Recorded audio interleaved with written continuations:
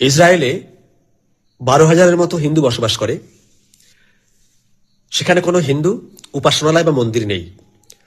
শুধু জানা যাচ্ছে যে ইস্কনের উদ্যোগে একটি জমায়েত হয় বিশেষ দিনে। সেখানে ইস্কনের অনুগামীরা বা ইস্কন ধর্মাবলম্বী হিন্দুরা, ইস্কনের অনুগামীরা সেখানে একটা জমায়েত করে খোলা মাঠে, মুক্ত পরিবেশে।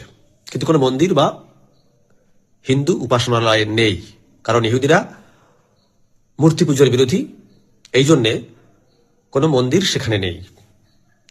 অন্যদিকে ইরান তথাকথিত কট্টর ইসলামিক রাষ্ট্র। ইরানে 10,000-এর মতো হিন্দু বসবাস করে রেসিডেন্সিয়াল, আর কম বেশি 4,000-এর মতো নন রেসিডেন্সিয়াল হিন্দু বসবাস করে ব্যবসায়ী সূত্রে, কর্মসূত্রে ইত্যাদি ইত্যাদি। সেখানে ঐতিহাসিকভাবে 7টি হিন্দু মন্দির আছে এবং সেগুলো বিখ্যাত, নাম করা।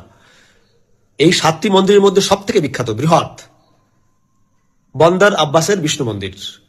এই মন্দিরটি ভারতীয় শিল্পকলা স্থাপত্যের অনন্য সাধারণ একটি স্থাপত্য এবং এটা 19 শতকে নির্মিত হয়েছিল। এছাড়াও ব্যক্তিগত উদ্যোগে 40 থেকে 47টি মন্দির আছে, ছোট বড়, মানে ব্যক্তিগত। আর এগুলো হচ্ছে সামাজিকভাবে, বললাম 7টা মন্দির।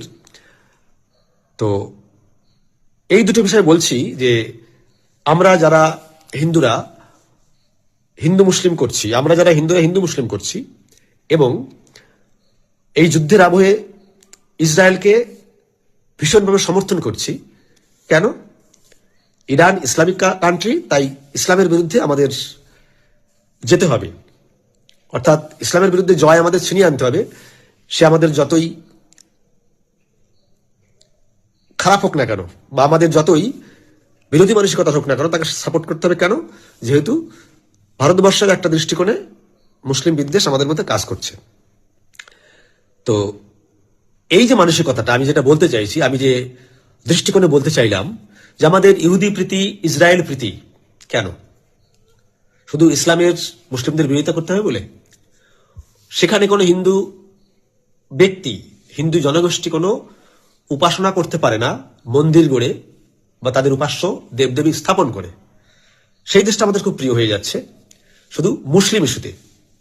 অন্যদিকে ইরান তথাকথিত কট্টর ইসলামিক রাষ্ট্র বলে পরিচিত, সেখানে অনেকগুলি মন্দির রয়েছে এবং কয়েকটি ঐতিহাসিক মন্দির রয়েছে, প্রায় 10টার কাছাকাছি।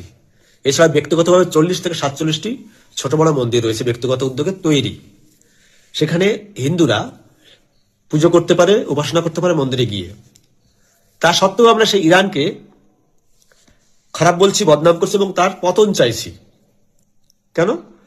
কারণ ইসলামের বিরোধিতা করতে হবে বলে। কোন দেশের প্রতি রাজনৈতিক, অর্থনৈতিক